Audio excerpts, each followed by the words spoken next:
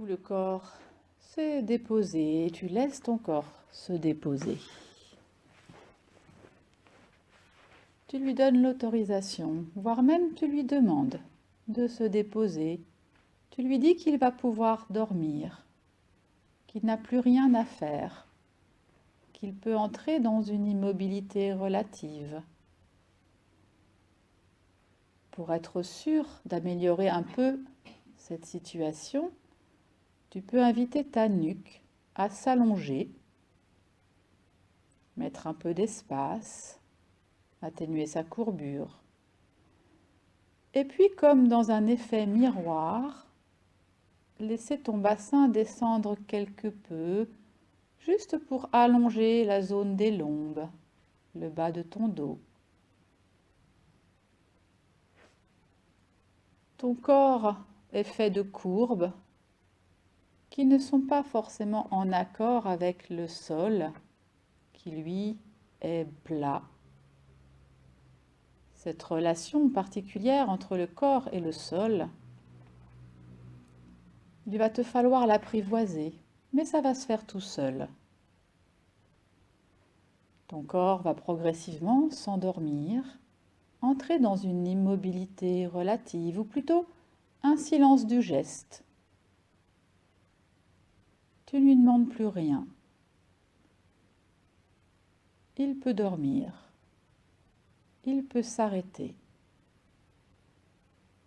Ce corps est l'un des instruments que les yogis nous disent avoir pour nous aider, pour nous construire. Un autre instrument précieux est le sol que tu commences à ressentir sans doute sous le corps.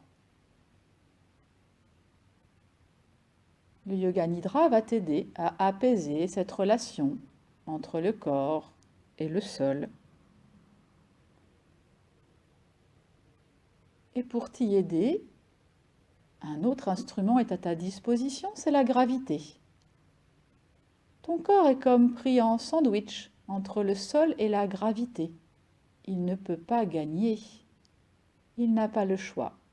Alors autant le laisser tranquillement, renoncer à tout combat et se déposer. Un autre instrument précieux à ta disposition et que tu as toujours avec toi tout au long de ta vie est ta respiration. As-tu remarqué comment ça respire sans que tu ne fasses aucun effort? Juste ça respire en toi. Tu sens peut-être le flux et le reflux de ton souffle. Tu es né d'une inspire. Tu quitteras ce monde sur une expire. Et entre les deux, ce mouvement ne cessera jamais. Ça respire. Et chacune de tes expires aide un peu plus le corps à lâcher prise, à accepter que la gravité le dépose sur le sol. Un autre instrument dont tu es doté, les yogis l'appellent Chitta. Chitta, c'est en quelque sorte ce qui prend conscience, ce témoin en toi. Chitta, les yogis la décrivent comme un petit singe très agité, qui ne cesse jamais d'être en mouvement, qui voudrait te faire entrer dans le mouvement. Et tu vas apprendre, grâce au Yoga Nidra, à apprivoiser Chitta, à ne pas écouter ce qu'elle te glisse à l'oreille. C'est une enfant gâtée, très mal élevée. Tu vas devoir l'apprivoiser, mais ça se fait tout seul, tu verras. Alors le corps, le sol, la gravité, le souffle et Chitta. Et enfin, un dernier instrument essentiel, la détermination. Mais ne vois pas là la volonté, comme nous autres occidentaux aurions tendance à comprendre ce mot. Plutôt le vrai et profond désir qui est en toi et que sans doute Tu ignores encore, tu n'as pas bien compris. Mais c'est le nidra qui t'amènera peut-être à comprendre, à sentir, à effleurer le vrai profond désir qui réside tout au fond de toi. Mais revenons à ce corps qui s'endort gentiment sur le sol. Il peut se laisser aller. Il n'ira pas plus loin. Il n'ira pas plus bas que le tapis. Sous le tapis, le sol, il y a la terre. Et la terre est là pour toi, pour t'accueillir, pour te nourrir de sa belle et profonde énergie. Tu ne le sais peut-être pas, ou peut-être que souvent tu l'oublies, mais tu as besoin de ce contact à la terre pour te nourrir, pour vivre. Le yoga nidra se pratique allongé pour que la plus grande surface possible de ton corps soit en contact avec le sol, la terre. Petit à petit, toutes les tensions vont s'y dissoudre, être absorbées. Le corps peut avoir confiance. Et Chitta aussi peut avoir confiance et cesser de courir. Tout se dépose tranquillement. Le silence du geste, le retour à la terre. La terre, mais c'est la terre qui est à l'origine des collines et des montagnes. As-tu déjà remarqué la puissance, la force des montagnes profondément ancrées dans la matrice et qui s'élèvent pourtant vers les cieux, vers la lumière? Parfois même leur cime effleure les nuages. Quelle belle image! Tu peux peut-être aussi t'imaginer comme une montagne, bien ancrée, ferme à la terre et prêt à t'élever pour trouver la lumière. Une forme peut-être de liberté, de légèreté. Les montagnes ont toujours séduit l'homme, l'ont attiré. Parfois l'homme en a peur, mais toujours il va vers la montagne. La plus haute d'entre elles, celle qu'on surnomme le toit du monde, culmine dans les Himalayas, plus de 8800 mètres. À peine arrives-tu à concevoir ce qu'est cette altitude, et pourtant nombreux sont ceux qui essayent chaque année de gravir cette montagne, d'en atteindre le sommet, au péril de leur santé, de leur vie. Certains y parviennent, d'autres non. Quelle folie de l'homme de vouloir gravir le plus haut des sommets pour atteindre quoi? D'autres vont chercher dans ces montagnes de l'Himalaya à trouver ce royaume secret dont nous parlent les légendes tibétaines, ce Shambhala, cette vallée secrète cachée au tréfonds de l'Himalaya, dans une zone dite inaccessible, cachée par plusieurs cols et montagnes arides, dures, protégée par des animaux féroces et des tempêtes de neige effroyables. Très peu, seuls les élus, dit-on, sont capables de la retrouver. Et pourtant, quelle félicité attend l'heureux élu dans Shambhala, dans le paradis de l'Himalaya. Un monde où les fruits et les animaux sont à foison, on ne manque de rien.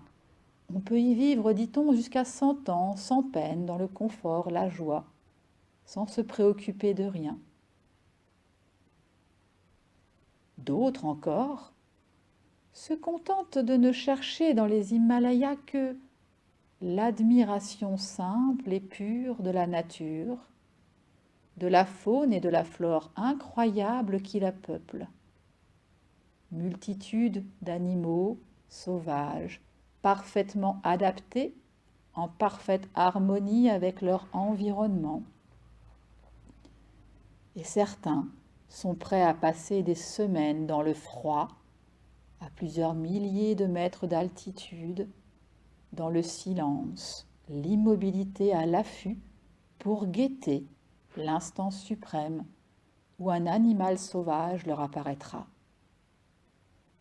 Des yaks, ces grosses, énormes vaches, à l'abondante fourrure massive, semblant sortie tout droit de la préhistoire, des antilopes tibétaines, toute une sorte d'oiseaux, et parmi ces animaux incroyables, la rarissime, la mythique panthère des neiges. L'animal est devenu tellement rare que l'apercevoir, la croiser ne serait-ce que quelques secondes tient du miracle. Cet énorme félin, aussi massif que gracieux, a un pelage d'un gris bleuté tacheté de noir qui le fait le rendre presque invisible parmi les rochers et le lichen des Himalayas. Sa grande queue, large, puissante, l'aide à s'équilibrer, à se mouvoir avec délicatesse sur les rochers instables. Ses grosses pattes, d'une précision sans égale, l'aident également à parcourir les montagnes. Mais revenons à Chita, et je t'invite à amener maintenant Chita sur ton nez, sur ta respiration, à observer à l'entrée des narines l'air qui entre et sort, le va-et-vient naturel du souffle. Et puis plus particulièrement, apporte Chita, ce qui prend conscience, ton attention sur le bout de ton nez. Essaye d'y imaginer un point aussi minuscule que la tête d'une épingle. Et cette tête d'épingle attire toute ton attention. Referme toute ton attention. Et puis, nous allons inviter Chita à venir se promener dans toutes les parties du corps par une rotation de conscience. Nous allons l'inviter à aller d'un point à un autre et à chaque fois, tu prendras le temps de prendre pleinement conscience, de ressentir cette partie du corps de l'intérieur. Chita est toujours posée sur le bout de ton nez et elle va se déplacer sur ton front, tes sourcils, les yeux, les pommettes, les joues, les oreilles, le menton, le cou. Et puis Chita se déplace et vient dans le pouce de ta main droite. Prends le temps de bien ressentir de l'intérieur le pouce de la main droite. Pouce de la main droite. Index, majeur, annulaire, auriculaire, paume, dos de la main droite, poignet, avant-bras, coude, bras, épaules, aisselle, poitrine et omoplate droite, les côtes, taille à droite, hanche droite, cuisse, genou, mollet tibia, cheville, talon, plante du pied, coup de pied, gros orteil, deuxième, troisième, quatrième, cinquième. Chita se déplace dans le pouce de la main gauche. Ressens bien le pouce de la main gauche de l'intérieur. Index, majeur, annulaire, auriculaire, paume, dos de la main gauche, poignet, avant-bras, coude, bras, épaule, aisselle, poitrine omoplate gauche, côte à gauche, taille, hanche, cuisse, genou, tibia mollet, cheville, talon, plante du pied, coup de pied, pouce de la gros orteil, deuxième orteil, troisième, quatrième, cinquième orteil. Et Chitta revient à droite pour une deuxième rotation de conscience un peu plus rapide.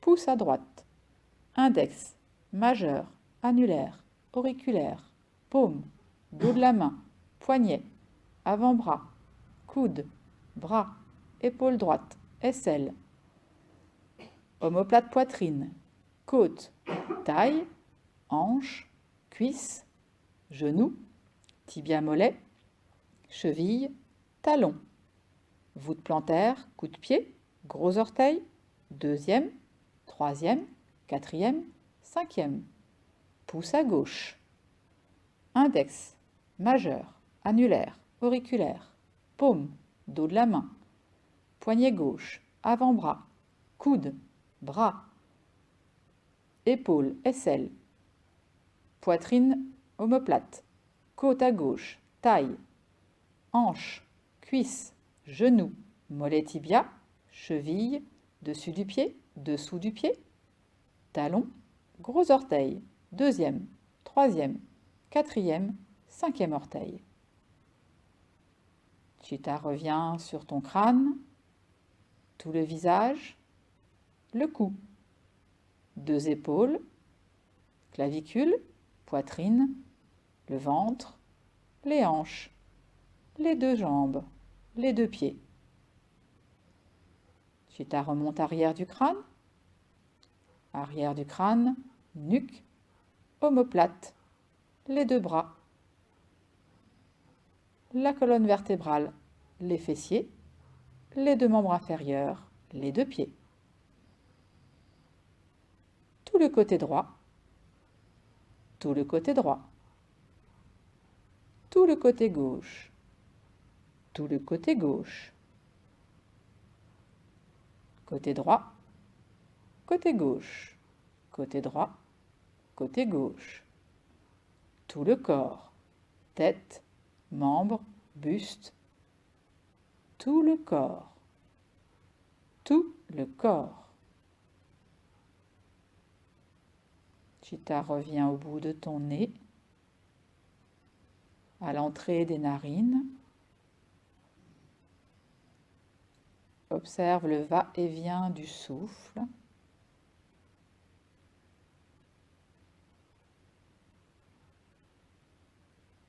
Va-et-vient subtil, tranquille.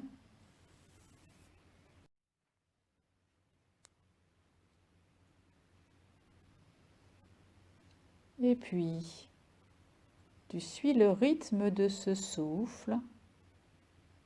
Le corps est parfaitement endormi. Et tu peux te laisser glisser comme dans un rêve. Tu te vois sur un chemin un peu caillouteux, assez ferme. Tu y marches tranquillement, d'un bon pas, mais d'un pas agréable. C'est à ton rythme, ni trop vite, ni trop lent, le rythme qui te convient, sans fatigue. Tu t'aperçois que ce chemin se déroule loin devant toi, il sinue à travers une immense vallée, une vallée assez désertique, ponctuée ici ou là de rochers, de touffes d'herbes sèches, balayée par le vent. Tout au fond de cette vallée court une rivière, limpide, rapide, un torrent plutôt. Tu en entends le son, le rugissement de là où tu te trouves. Tu avances toujours d'un pas tranquille, et puis tu t'aperçois en regardant autour de toi que tu es entouré de montagnes immenses, gigantesques même, tellement hautes que tu ne perçois pas toujours la cime de certaines d'entre elles. Et tu comprends que tu es dans les Himalayas. Il fait sans doute très froid, mais tu ne ressens pas le froid, tu es bien couvert, couverte, tout va bien, tu te sens parfaitement en harmonie, en confort.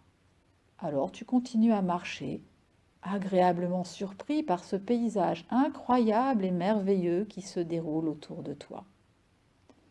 Partout, à perte de vue, des montagnes, de 1000 nuances d'ocre, de gris bleuté, parfois ponctuées de touffes d'herbe, de lichens. 1000 nuances quand on y fait attention, incroyables, des couleurs subtiles, délicates. Et le vent qui les balaye, fait voler un buisson par-ci, un buisson par-là. Un cri perçant te surprend, tu lèves les yeux et tu aperçois un faucon qui vole au-dessus de toi. Tu ne l'intéresses pas, il cherche sans doute un rongeur. Tu le laisses continuer à voler, tu admires sa puissance, sa légèreté. Il est très haut, et ton regard, suivant ce faucon, monte vers le sommet de la montagne qui est devant toi. Tu t'aperçois que le chemin grimpe. Alors tu t'engages. Ça monte rude, mais tu ne sens pas l'effort. Tout te semble facile. Pourtant, tu es à plusieurs milliers de mètres d'altitude, mais tu respires pleinement, confortablement. Tout va bien. Alors tu continues à gravir, à monter. Un bruit dans les rochers, tu te retournes et tu aperçois un lièvre qui galope, te montre ses petites fesses blanches, disparaît. Un peu plus bas dans la vallée, c'est un troupeau de lourds yaks que tu aperçois, ces grosses vaches au poil long, dense, massive, semblant sorties tout droit de la préhistoire. Tu sembles comme entendre et sentir le sol vibrer par leur déplacement au fond de la vallée, qu'elles traversent paisiblement, sans peur. Tu admires leur force, leur puissance, et puis tu continues ton chemin. Un peu plus haut, tu aperçois dans un dédale de rochers des antilopes tibétaines qui courent, galopent, sautent d'un rocher à l'autre. Tu admires leur aisance, leur légèreté, leur grâce. Décidément, ces montagnes qui paraissent arides et désertiques recèlent bien des surprises. Tu continues ton ascension. Tu passes un premier col. Tu t'y arrêtes un instant pour admirer encore ce paysage qui se déploie devant toi, tout autour de toi.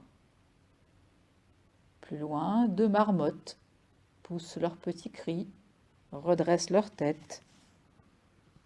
Tu souris, tu te sens bien. Tu continues ton ascension, toujours sans effort, sans sentir ni le froid, ni l'altitude. Et au col suivant, tu aperçois un rocher qui semble formé comme un fauteuil confortable. Alors tu t'y installes. Tu es à l'abri du vent, le froid pique un peu les joues, mais c'est agréable, plutôt régénérant. Tu t'installes tranquillement et tu continues à observer le paysage qui t'entoure.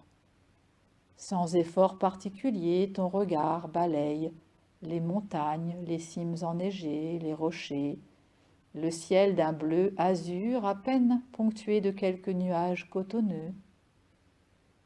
Et tout à coup, un miaulement intense, aigu, puissant résonne dans la montagne et te surprend.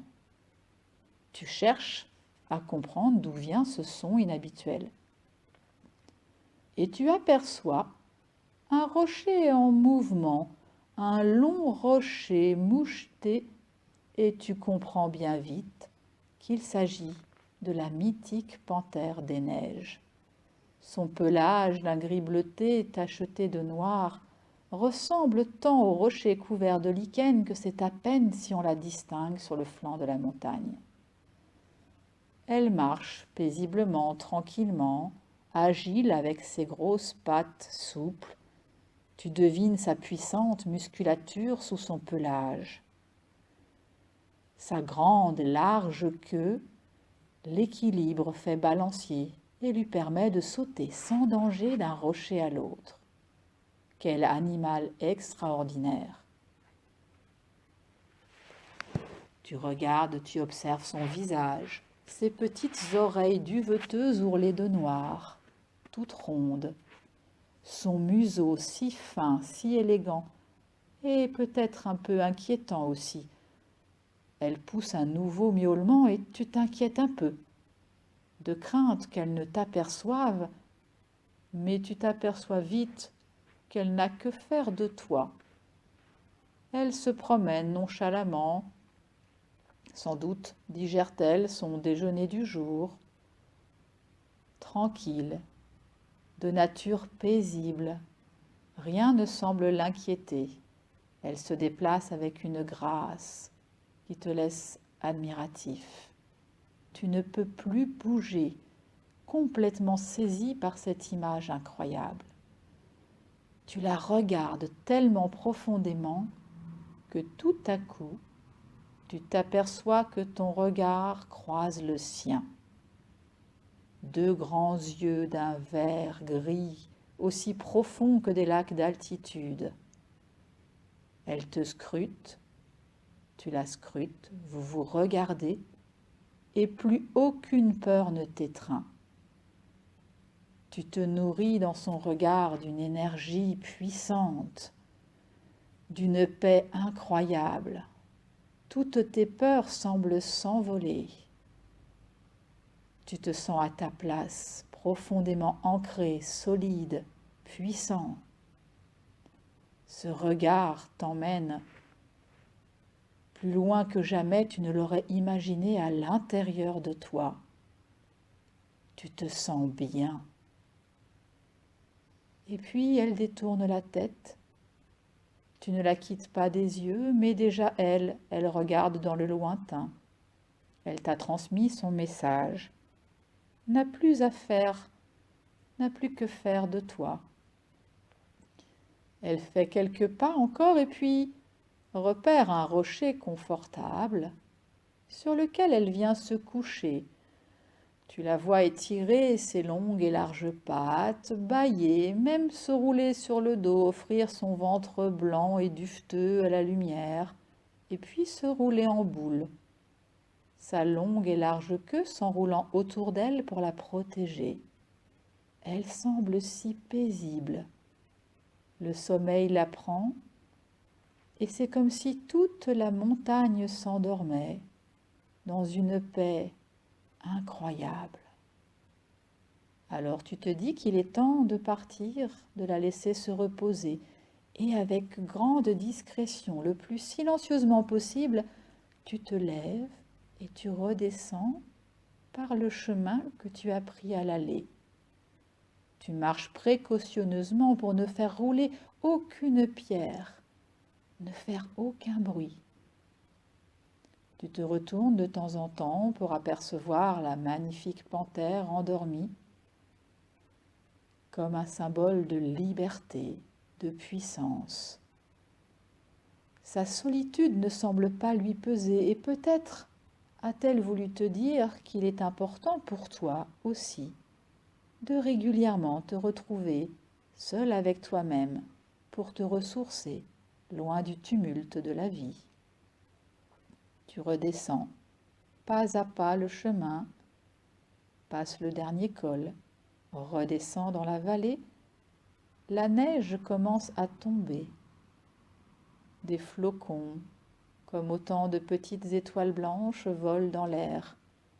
Tu devines que là-haut, sur la montagne, la panthère est déjà recouverte de ce manteau neigeux, qu'on ne la voit certainement plus entre les rochers et la couche de neige. Ton pas se fait de plus en plus silencieux, tu marches à présent sur la neige. Cela crisse un peu et puis plus rien. La neige a endormi la montagne, a endormi les Himalayas, a plongé tout cet univers minéral dans un silence, un silence d'une paix profonde. Tu marches encore de plus en plus lentement sur cette étendue blanche silencieuse, et puis tu te laisses à ton tour glisser dans le silence.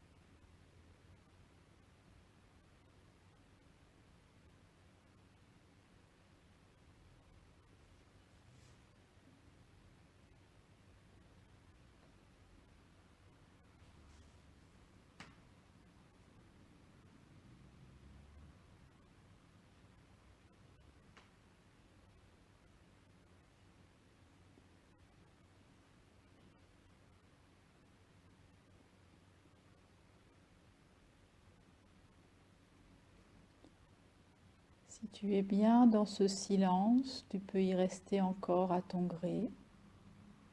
Tu ne bouges pas. Tu prends le temps de revenir à ton rythme, en commençant peut-être par juste te souvenir, imaginer le lieu dans lequel tu te trouves, la position de ton corps, Tes yeux restent clos, le corps est encore immobile dans un silence du geste. Tu peux reprendre conscience peut-être de tes doigts,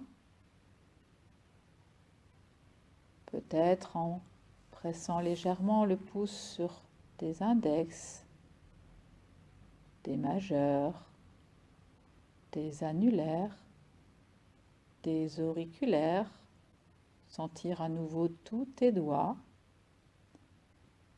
Si ta tête, ton crâne est sensible, peut-être as-tu envie de laisser gentiment rouler la tête pour soulager cette zone. Commencez peut-être à remuer un peu les orteils. Laisse se faire tout geste spontané, mais c'est très tranquille. Et tes yeux restent clos, tu restes dans ce calme. Tu prends tout ton temps pour sortir le corps de son sommeil avec délicatesse, avec bienveillance. Et puis peut-être que petit à petit, tu remets un peu de mouvement, mais tellement doucement, sans te bousculer, et que peut-être tu pourras, dans une économie de gestes, avec une grande douceur et toujours les yeux clos, venir te placer dans une assise qui se fera toute seule, naturelle, et y poursuivre encore quelques instants de silence.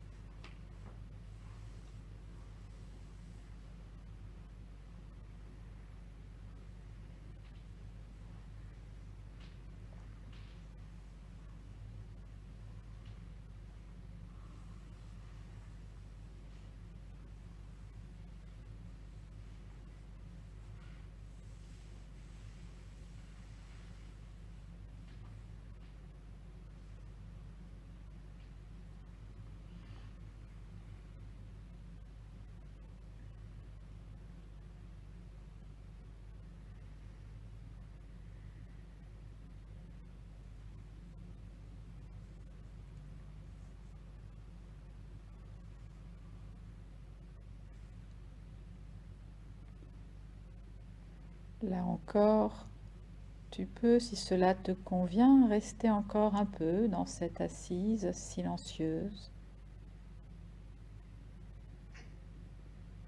Laisser la paix qui est en toi s'épanouir, se déployer. Ou tu peux, si tu préfères, emmener cette paix avec toi et commencer à mettre un peu de mouvement. Si tu veux ouvrir les yeux, incline peut-être la tête vers le sol avant de les ouvrir délicatement, puis de redresser la nuque. Tu peux te faire bâiller, soupirer. Laisse venir ce qui vient. Prends tout ton temps pour revenir progressivement.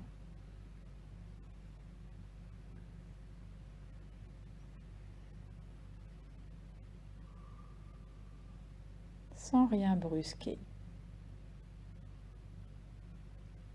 Yoga Nidra est terminé.